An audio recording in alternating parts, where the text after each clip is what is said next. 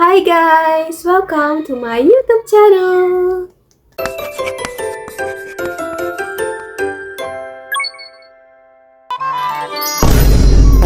Nah, ini merupakan video pertama aku yang aku upload di YouTube aku. Buat kalian semua yang belum tahu ataupun yang baru tahu channel ini dengan gak sengaja klik video ini di beranda kalian atau dimanapun itu, terima kasih udah sempatin nonton video aku. Kenalin, nama aku Iyup. Dan selamat datang ke channel yang bakalan rajin upload cerita-cerita horor yang aku temuin di Twitter atau X.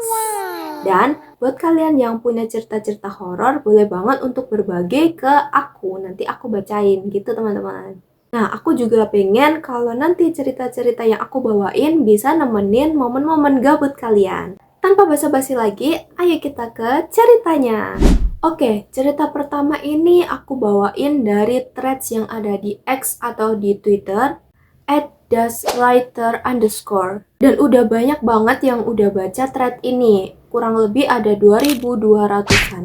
Nah, cerita ini tuh berasal dari pendaki amatir nih yang namanya Fahri dari Jember, Jawa Timur. Nah, dari sini kalian itu ada yang berasal dari Jawa Timur nggak? Udah tahu belum cerita ini? Nah, Fahri ini tuh anaknya tuh bandel banget. Dia tuh nekat banget buat melakukan pendakian sendiri di tempat yang terkenal angker, yang bisa dibilang hutan yang terlarang di area Glenmore, Banyuwangi, Jawa Timur. Nah, kalau kalian penasaran, kalian tuh nggak bisa nemuin hutan ini di Google Maps, guys. Jadi, hutan ini tuh sering dikenal oleh warga-warga sekitar dengan nama Hutan 33 Langkah. Kenapa sih orang-orang sekitar itu nyebutnya hutan 33 langkah? Konon katanya, kalau misalkan kita lebih dari 33 langkah, maka keadaan di sekitar kita itu akan berubah 180 derajat.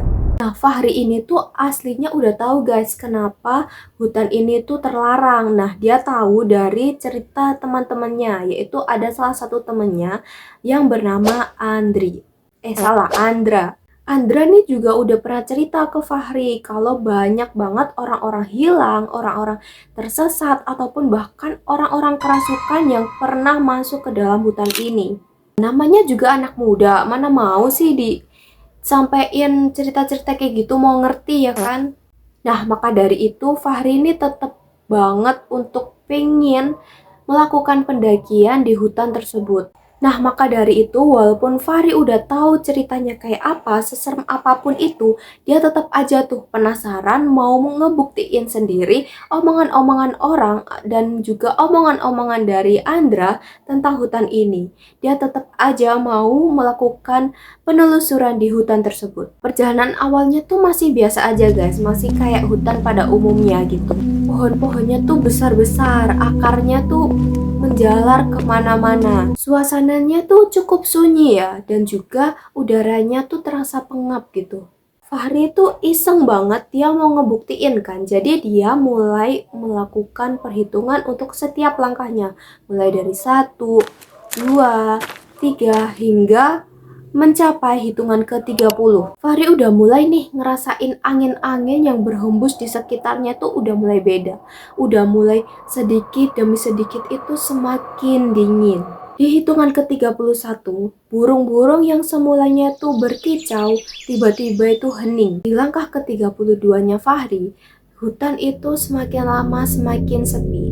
Dan tepat di langkah ke-33, langit hutan mendadak berubah warna. Warna langit pada hutan itu bukan yang kayak malam ataupun sore, tapi aneh aja gitu. Nggak pernah Fahri temuin sebelumnya. Waktu Fahri cek di jam tangannya, jam itu masih menunjukkan pukul 2 siang. Tapi yang seharusnya masih ada sinar matahari di atas kepalanya Fahri, tapi saat itu nggak ada sama sekali hal-hal terkait sinar matahari ataupun bayangan-bayangan dari matahari tersebut. Dan secara bersamaan, bayangan-bayangan dari pohon-pohon tersebut tuh mulai nggak wajar guys, bentuknya udah mulai aneh-aneh.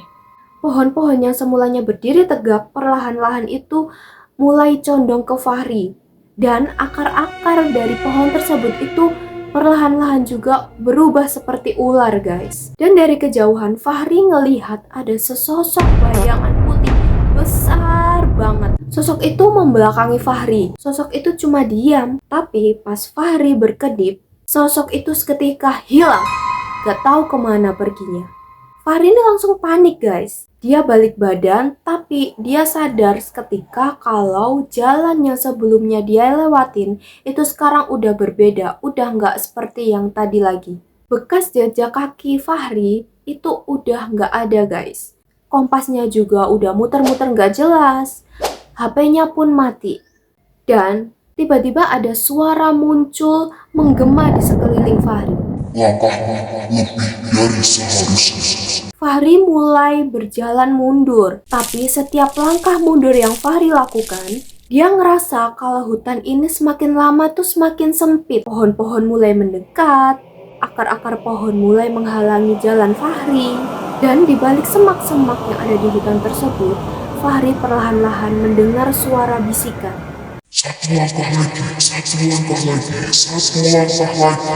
Fahri akhirnya mulai berlari kencang. Dia udah nggak peduli lagi mau lari kemana, ke kanan, ke kiri. Pokoknya dia mau keluar dari hutan ini secepat mungkin. Tapi semakin lama Fahri berlari, semakin jauh dia berlari, dia tetap kembali ke tempat yang sama. Fahri selalu kembali ke tempat yang sama, yaitu tempat yang ada batu besar yang bentuknya itu seperti kepala. Dan di atas batu itu terdapat tulisan cairan berwarna merah yang tulisannya langkah ke-34 adalah milik mereka. Tiba-tiba juga ada nih suara langkah kaki yang banyak banget dan itu secara serentak. Suaranya tuh kayak berpuluh-puluh orang yang jalan serentak, tapi itu cuma suara guys, nggak ada wujudnya. Suara itu semakin lama semakin keras, seperti semakin lama semakin banyak orang yang mendekat ke arah Fahri. Fahri mulai nggak tahan, dia tutup telinganya dengan kedua tangannya. Tapi suaranya terlalu keras, dan pas Fahri buka matanya, dia melihat banyak sekali sosok-sosok yang udah ngelilingin tubuh dia. Sosok-sosok tersebut berbaju lusuh, bermuka datar, dan saking syoknya, Fahri pingsan seketika. Pas Fahri sadar, dia udah ditemuin oleh warga-warga sekitar. Fahri ditemuin para warga di pinggir jalan di tepi hutan guys. Warga sekitar tuh sadar ada suara teriakan di jam 3 pagi. Padahal kan kalian tahu kalau tadi Fahri sempat ngelihat jam tangannya dan itu baru pukul 2 siang. Nah, kebetulan banget di sekitar hutan itu ada warung makan yang dia itu punya CCTV guys. Dan pas kita cek CCTV-nya, ternyata Fahri tuh nggak bener-bener masuk ke dalam hutannya. Tapi seingatnya Fahri itu udah ngelewatin warung itu dan dia sadar dengan betul kalau dia udah masuk ke dalam hutan. Karena rute itu merupakan rute masuk ke dalam hutan tersebut. Dan setelah beberapa hari berlalu, hingga 2 minggu kemudian Fahri tuh masih aja di setiap tidurnya dia tuh bermimpi buruk guys. Mimpinya tuh selalu berulang. Fahri mimpi selalu berada di hutan tersebut dan dia selalu menghitung langkahnya sampai ke 33. Dan setiap dia melangkah ke 34, Fahri mendengar, Akhirnya kau kembali. Fahri coba minta bantuan orang pintar di sekitarnya. Dan kata orang pintar itu, Kamu tuh nggak sepenuhnya kembali. Masih ada separuh dari jiwamu itu masih tertinggal di hutan itu. Dan kalau kamu mendengar suara langkah itu lagi, kamu akan dipanggil masuk. nah sampai saat ini Fahri tuh udah kapok banget, udah trauma banget dia jalan sendirian. Kadang Fahri tuh dengar kalau setiap dia jalan itu ada suara-suara yang mengikuti langkah kaki dia. Tapi ketika dia nengok ke belakang, gak ada satupun orang yang sedang ngikutin langkah kaki Fahri. Orang-orang bilang di sekitarnya kalau hutan itu memang terlarang. Setiap langkah dihitung sebagai janji. Dan kalau udah terlanjur masuk terlalu dalam, bukan cuma tersesat, tapi bisa aja yang balik dari hutan itu bukan sepenuhnya diri kita. Jadi kalau teman-teman sekalian waktu jalan-jalan ke Banyuwangi dan dengar kalau ada hutan yang gak ada di Google Maps, udah deh gak usah coba-coba untuk masuk ke dalam hutan itu. Hidup yang lurus-lurus aja ya guys, masih banyak kok tempat-tempat yang bisa kita explore, bisa kita nikmatin keindahannya tanpa perlu ada cerita horor-horor. Nah, cukup sekian aja nih video yang aku buat kali ini. Udah bisa buat kalian merinding belum? Buat kalian-kalian yang punya cerita atau pengalaman horor, boleh banget untuk ceritain pengalaman kalian ke kolom komentar di bawah. Thank you banget buat kalian yang udah dengerin cerita horor dari aku. Support dari kalian semua bakal bantu banget aku untuk selalu semangat, selalu pingin buat cerita-cerita lagi. Aku gak sabar banget untuk bisa ketemu kalian di video-video selanjutnya. See you guys, bye!